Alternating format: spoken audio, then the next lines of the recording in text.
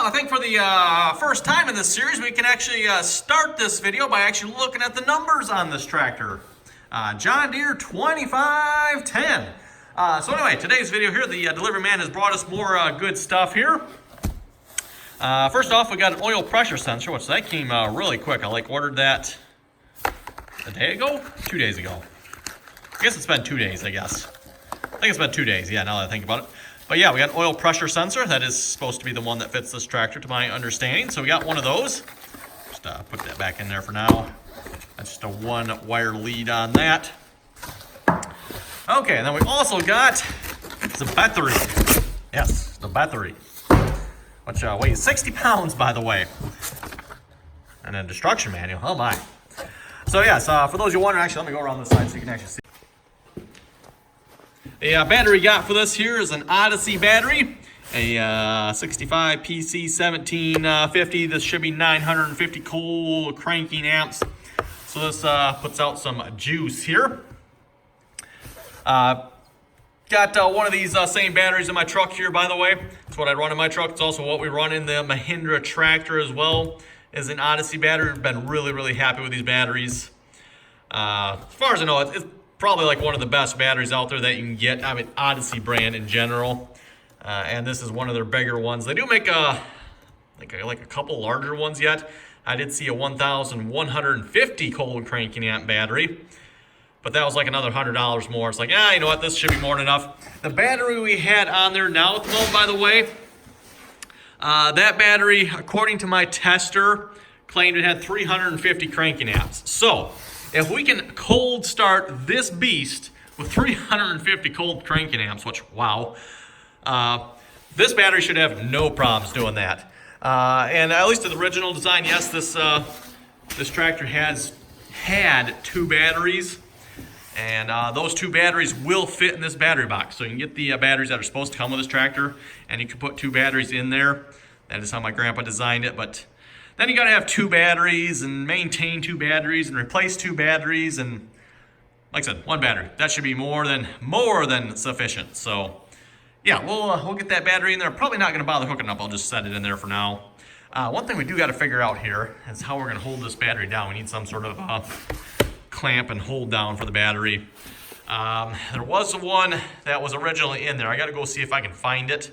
Pretty sure it won't work for this just one single battery, but I'm not even sure what I actually did with the original hold down, nor am I sure entirely how the original hold down even worked. There was some holes, I think, down right in here somewhere. In fact, you can probably see them. Oh yeah, here they are. On the outside, yeah, there's a hole there and a hole there.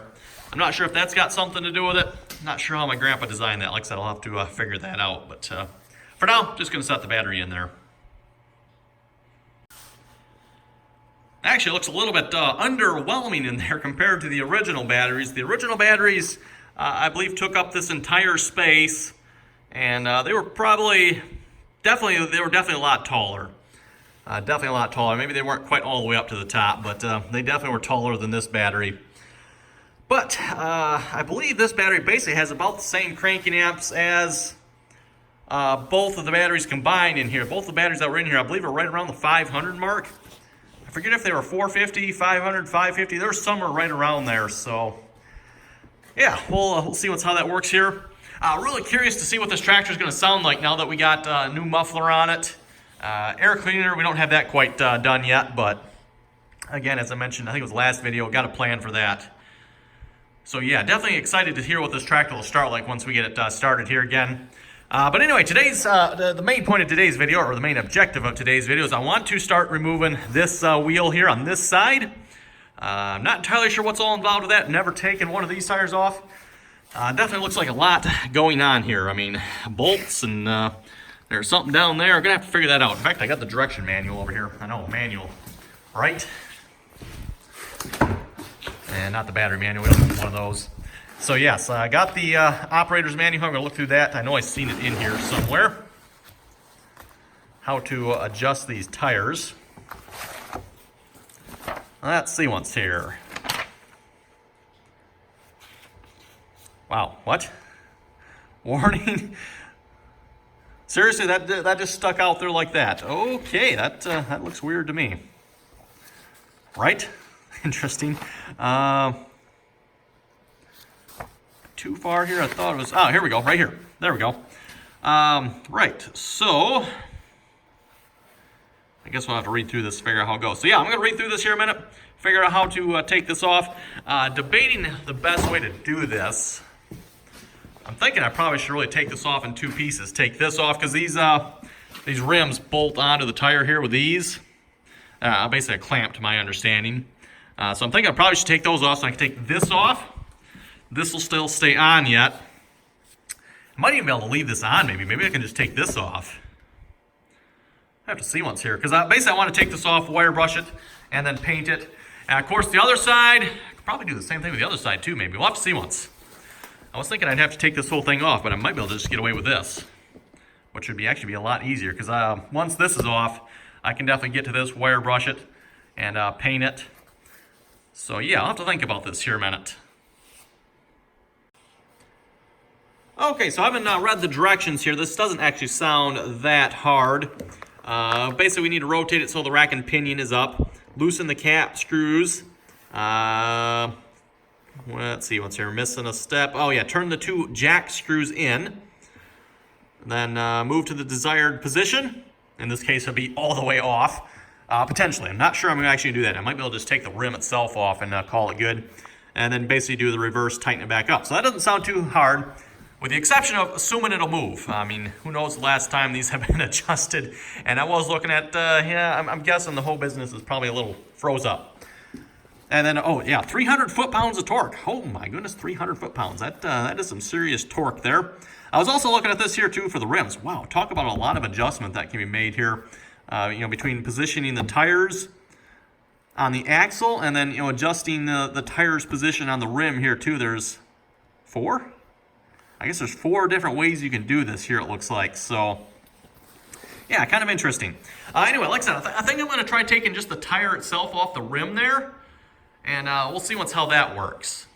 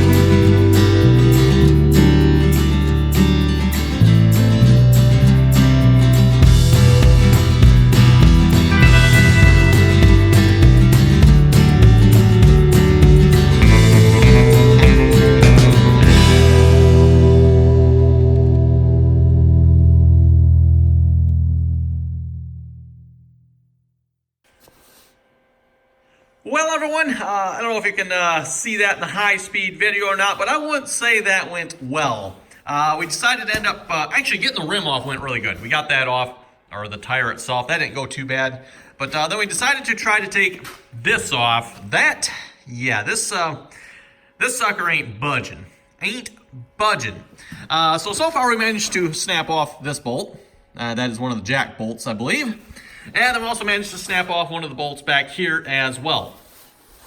Now, to my understanding, we don't have to loosen up the bolts back here, but we decided, you know what, seeing as how nothing's moving here, let's just loosen up those bolts as well, and then just, we'll take everything out. It ain't moving. We tried turning in the jack bolts here, which to my understanding, these are the jack bolts. Got one here. There was one there. That is supposed to push this wedge out here. I believe that's supposed to push that lower wedge out. Then you turn this, and you move your tire. Needless to say, that don't turn. We have, of course, broken off one of the jack bolts. We also got one of the broken bolts on the wedge back here. So I think at this point we're going to cut our losses. I'm going to wire brush this. We're going to paint it, and we'll pretend that never happened. By the way, when you got a 4-foot breaker bar, that does the job quite nicely. And you got, two 200-pound gorillas yanking on that breaker bar. You can break some stuff with that. Definitely break some stuff. So anyway, I'm going to wire brush this down. I'm going to wire brush this while it's on the tractor, which is kind of what my initial plan was anyway. Because I didn't think this was going to come off. And that's, I don't think that's coming off. Not without some serious amount more force, which we might imply. We'll see once. But let me wire brush this. We'll get this wheel over here wire brushed as well. These are filled, by the way. So this is not light. This is heavy, very, very heavy. I'd like to get it out in the middle of the floor here somewhere so I can wire brush it, but then I don't have nothing to hold it up, and I don't think these are going to hold the tire up there. You're not going to be able to set them up next to it. That is not going to work, I don't think, unfortunately.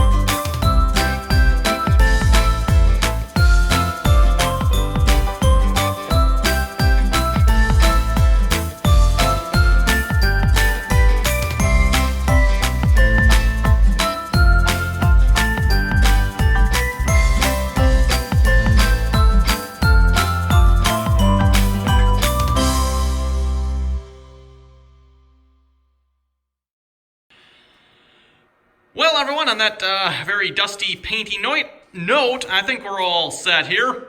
Ready for some paint. Got that all wire brushed. Wow, what a mess that was. Same thing over here. Got this all wire brushed as well. At least the best we can anyway. It's kind of hard to get in some of these corners and stuff and inside there. But yeah, I think we'll call that pretty good. Again, it's just a rim. It's not like the paint's going to stay on there really well. So yeah, anyway, everyone, on that note, thanks for watching. Comments or questions, be sure to leave them. And hopefully next time we'll be painting.